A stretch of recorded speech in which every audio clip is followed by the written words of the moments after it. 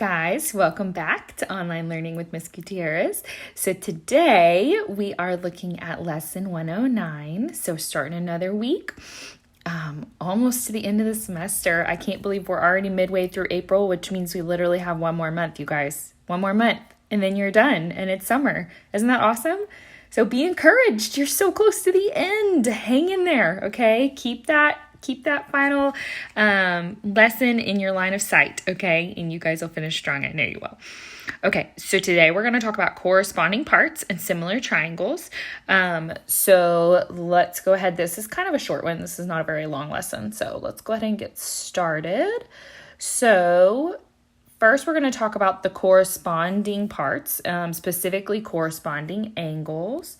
So on this one, you can see that these triangles do not look exactly the same. If you'll notice, though, they actually are the same size and same shape, but they're just twisted around a little bit, okay? So the difference is that one looks like it's laying on its tummy and the other one's laying on its side. There's no real good way to say that. Let's see. Oh, yeah, there's no real good way to say that, but I could show you. Let me see if I can show you, actually. I think I can twist this around. Yeah. Okay, so I'm going to try to twist it. It's going to, not take the other stuff with it, but I'm going to try to twist it just so that you can see. So if I twist this triangle around like this, then you can see, oh, okay, that does look exactly the same as the first one. But then when I go put it back to where it was, you can see, it moved a little bit. Let's see if we can fix that. There we go.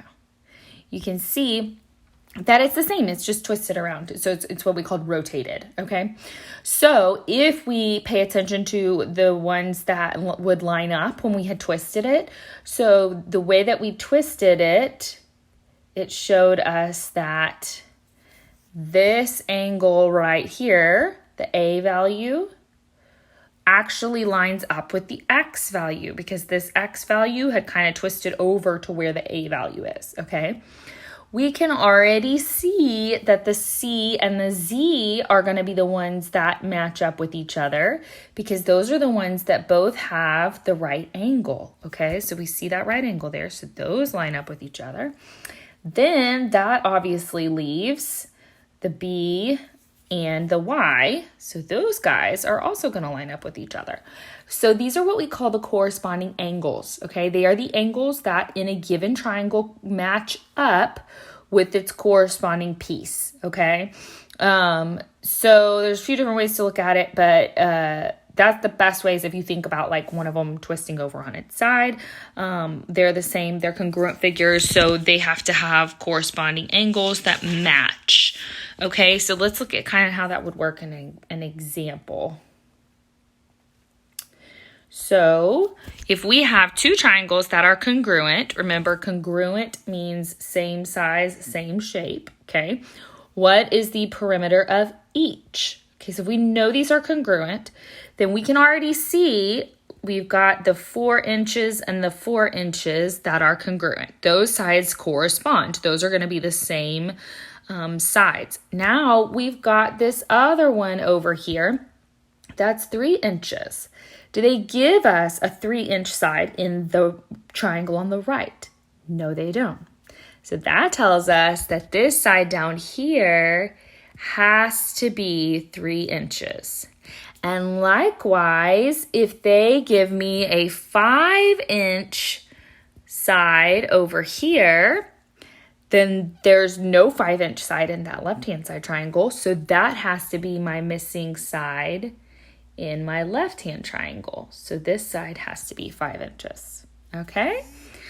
So if we know that, then we've determined all of our sides. So the only thing left to do is to find the perimeter, which we know perimeter. Remember that has the word rim in it, which means around the outside. We are just adding up all the sides. They have the same side measures. So whatever the perimeter of one is, it should match the other one. That's another little checkpoint to make sure we're doing it right here. So if I add up 3 plus 4, which is 7, plus 5, which is 12, that would be a total perimeter of 12 inches. And then I could add the same on the right, and I would also get 12 inches. So there we go. Awesome job, guys. All right, so let's look at the next little unit. So this is broken down into two sections, right? Corresponding angles, which we just talked about. We just looked at how there's corresponding parts, corresponding angles, and corresponding sides. This example showed corresponding sides. So now we're going to go look at similar triangles. Similar triangles. So in the first two examples that we just looked at, we talked about congruent triangles. Congruent triangles, let me kind of show you the difference here. Congruent, let me see if I can, it's going to let me write. Let's try that again. So congruent, I'm having pen issues, and that's really not pretty. Okay, let's try this again. So congruent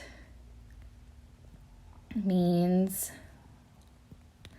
same size, same shape. And you know what, guys? Sorry, I'm really having issues with this, but I'm just going to type it because it looks better when I type it.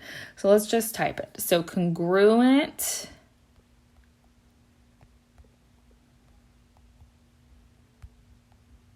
means same size, same shape. Okay. So hopefully by the time I get this on here, I will have said it enough times that it's stuck in your head forever.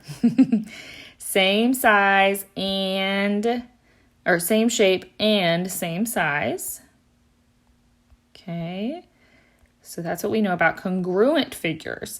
Now, similar figures have the same shape, just like congruent figures, but different size. Okay, so same shape, and not necessarily different size, but it could be different size. So they don't have to be the same size. So we'll just say don't have to be same size. Okay, so that is our similar triangles. So if similar triangles are the same shape and don't have to have the same size, let's look at our examples down here. So 1 and 2, we can see are clearly the same.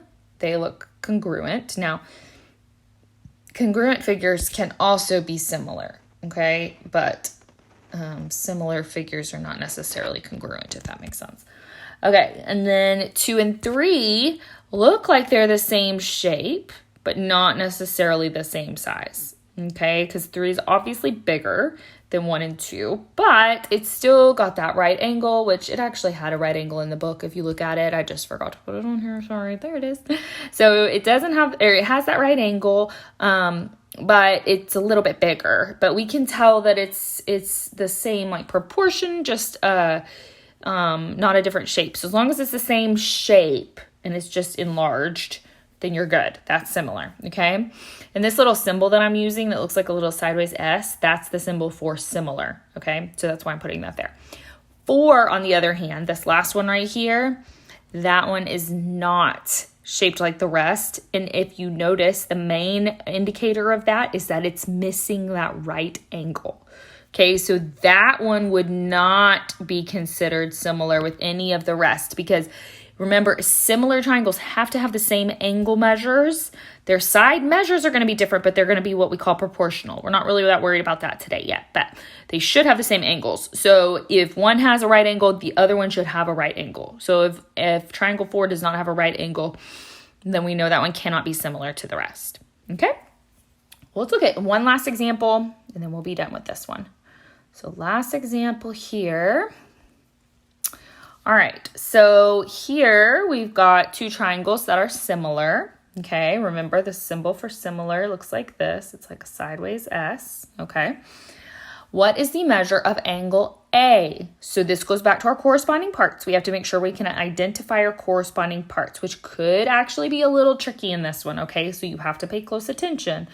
But what we see here is that, what we see here is that the right angle, we can definitely see where the right angle is, okay? So that those correspond. But we want to make sure that we're identifying the correct one that corresponds to these given angles over here. So now if this angle is 30 degrees, which we said similar triangles always have the same angle measures, okay? So the 90-degree ones, but if this angle up here is 30 degrees, then it is going to match with one that is over there on the left-hand side triangle. So it's either got to be A or B. If you notice, you can also kind of use your sides to help you here. The side that connects the 30-degree angle to the 90-degree angle is much longer than the side that connects the 90 to the 60.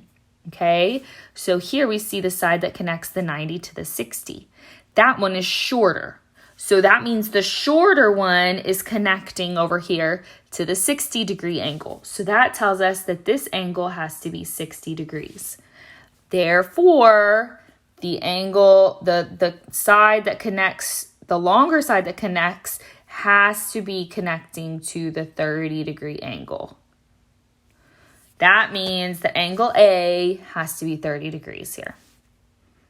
So you guys see how corresponding parts line up, how that helps you to determine which ones match, how the pieces of the puzzle fit together and how they match up. Okay?